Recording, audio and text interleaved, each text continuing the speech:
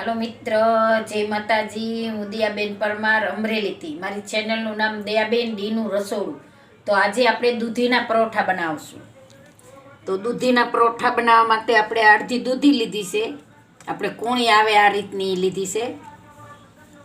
અને એક વાટકો આપણે ઘઉંનો લોટ લીધો છે. અને આ આપણે ચણાનો લોટ લીધો છે. અને આ આપણે આદુ લસણનું પેસ્ટ બનાવી લીધું છે. આ ગરમ મસાલો લીધો છે. થોડીક આપણે વઘારણી લીધી છે. અડધી ચમચી આપણે ચટણી લીધી, અડધી ચમચી આપણે ધાણા જીરું લીધું, થોડીક આપણે હળદર લીધી, થોડાક આપણે ધાણા લીધા છે.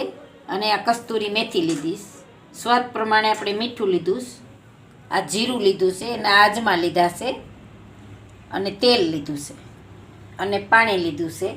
તમે ઘી હોતન નાખવું હોય તો નાખી શકાય, પણ હું તેલમાં બનાવું છું. તો હવે આપણે દૂધી ખમણી લેશું. તો આપણે દૂધીને ખમણી લેશું. આ પાછલો ભાગ છે એ આપણે કાઢી નાખશું. અને આપણે એની ચાલ ઉખેડી લેશું.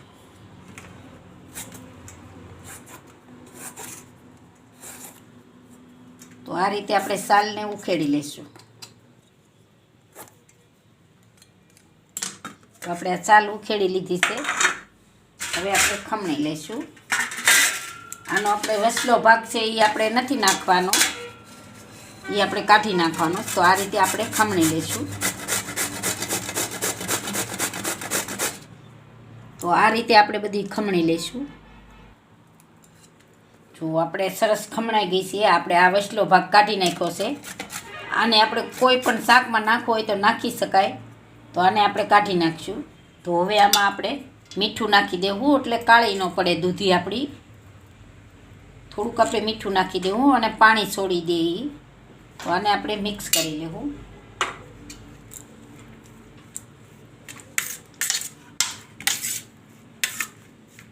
જો એકદમ સરસ આપણે આને રાખી દેવું. હવે આને આપણે ઢાંકીને રાખી દઈશું.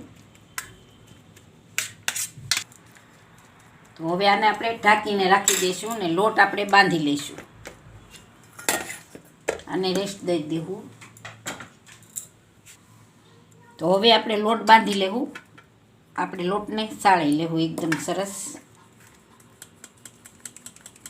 આપણે ઘઉંનો લોટ ને ચણાનો લોટ બે આપણે સાળી લેવું.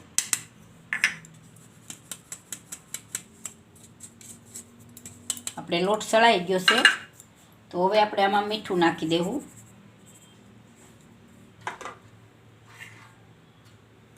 અને અજમા આપણે આ જીરું આપણે બે નાખી દેવું આમાં.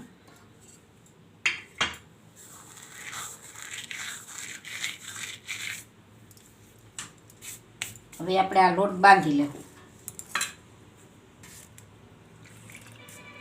થોડું થોડું પાણી નાખતું જવાનું, મિક્સ કરી લેવાનું, અને લોટને આપણે બાંધી લેવાનો. આપણે રોટલી વણીને એવો જ લોટ બાંધવાનો છે.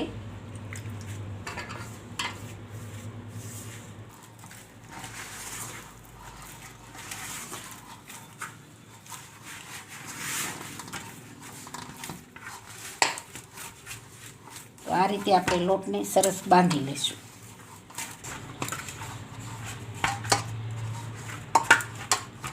તો આપણે એક ચમચી તેલ નાખીને લોટમાં હળી લેવું.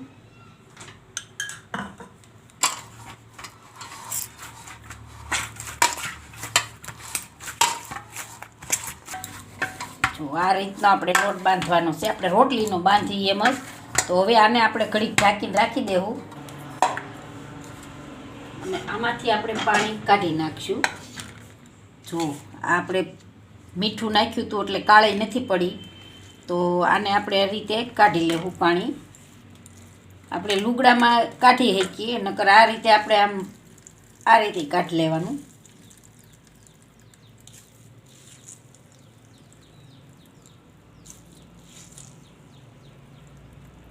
એકદમ પાણી નીતરી જવું જોઈએ આનું.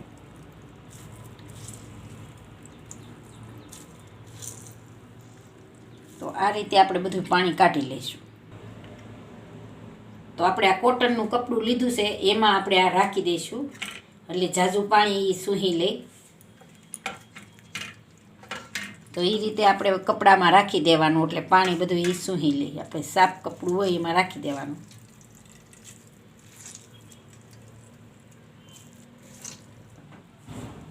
એકદમ સરસ આપણે ટ્રીપિંગ થઈ ગયું છે, એકદમ સરસ. તો હવે આમાં આપણે આદુ મરચું નાખી દેવું. આદુ ને લસણ, આદુ લસણ નાખી દેવું. પછી આ ગરમ મસાલો નાખી દેવું. આપણે હિંગ લીધી સી નાખી દેવું. લાલ મરચું નાખી દેવું.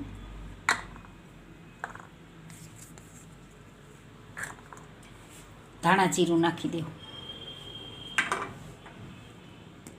આપણે હળદર નાખી દઈશું. અને આ કસ્તુરી મેથી નાખશું. તો કસ્તુરી મેથીનો સરસ સ્વાદ આવે છે. આપણે ઘેરે બનાવી છે. અને આ આપણે ધાણા નાખી દેવું.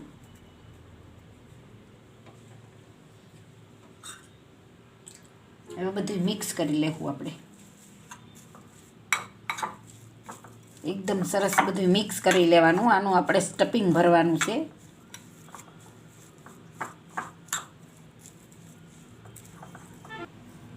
તો હવે આપણે આ મિક્સ થઈ ગયું છે. આમાં આપણે મીઠું નથી નાખવાનું, આપણે પહેલાં મીઠું નાખ્યું છે દૂધીમાં, એટલે તો આ સરસ મિક્સ થઈ ગયું છે. હવે આપણે એને વણી લઈશું. આપણે લોટ સરસ સેટ થઈ ગયો છે.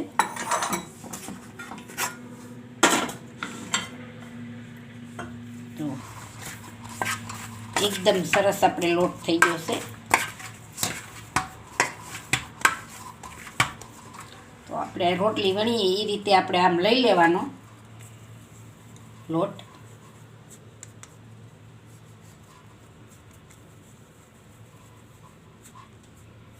અને આ રીતે આપણે આને આમ સરસ આમ કરી લેવાનું, કુડલા જેવું કરી લેવાનું. આ રીતે આપણે પછી આમાં આપણે સ્ટફિંગ ભરવાનું છે. જે થોડુંક મોટું આપણે બનાવશું. આ રીતનું બનાવી લેવાનું. અને આમાં આપણે આમ સ્ટફિંગ ભરી દેવાનું એકદમ સરસ. પછી આપણે આમ કરી અને આને ભેગું કરી લેવાનું. દબાવતું જવાનું, ભેગું કરતું જવાનું. અને આ રીતે આપણે વાળી લેવાનું સરસ આમ. પછી આને આપણે કોરો લોટ લઈ અને આપણે આને આમ વણી લેવાનું.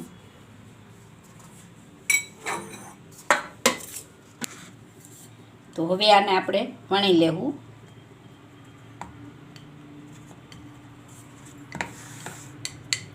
આપણે પોલા હાથે આને વણવાનું છે. આ રીતે આપણે આમ વણતું જવાનું, ફેરવતું જવાનું.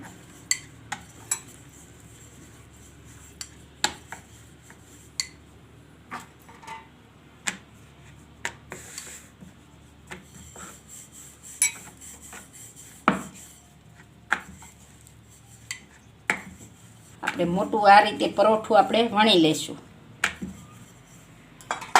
એકદમ સરસ આપણે વણાઈ ગયું છે. તો હવે આપણે ગેસ ચાલુ કરશું. અને આ આપણે લોઢી રાખી દઈશું. લોઢીને આપણે ગરમ થવા દેવું. તો આપણે આ લોઢી ગરમ થઈ ગઈ છે. તો આપણે એમાં થોડુંક તેલ નાખી દેવું.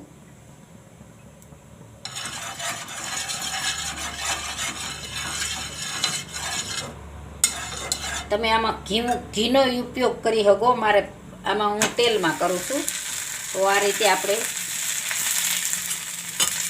ધીમા ગેસે રાખવાનું. આપણે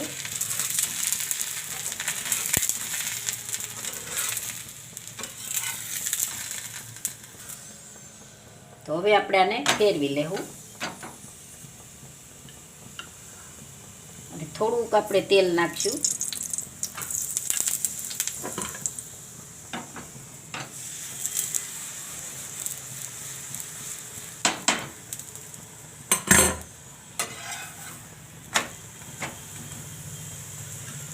બે બાજુ આપણે વાળી લેવાનું આ રીતે આમ સરસ. થોડું થોડું તેલ સોપડતું જવાનું.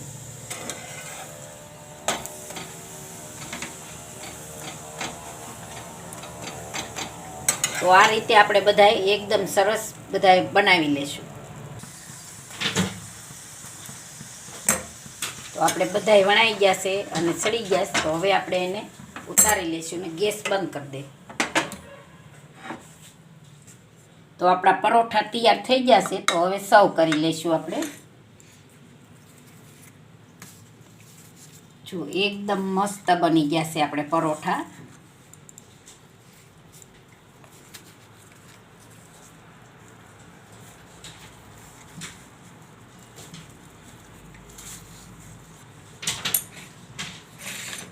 અને સાથે આપણે દહીં રાખશું અને એક પરોઠું આપણે આ રીતે આપણે જોઈ જોઈશું. જો એકદમ મસ્ત બની ગયા છે પરોઠા.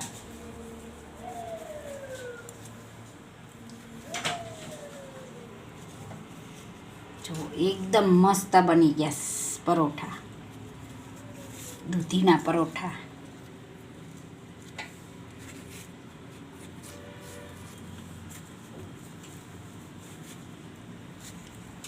તમે જોઈ શકો છો ગરમે ગરમ સરસ બની ગયા છે પરોઠા આપણા.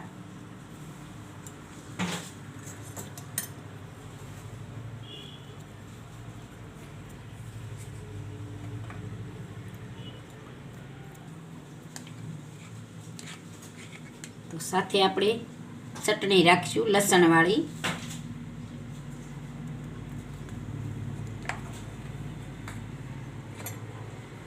અને આ આપણે દહીં છે.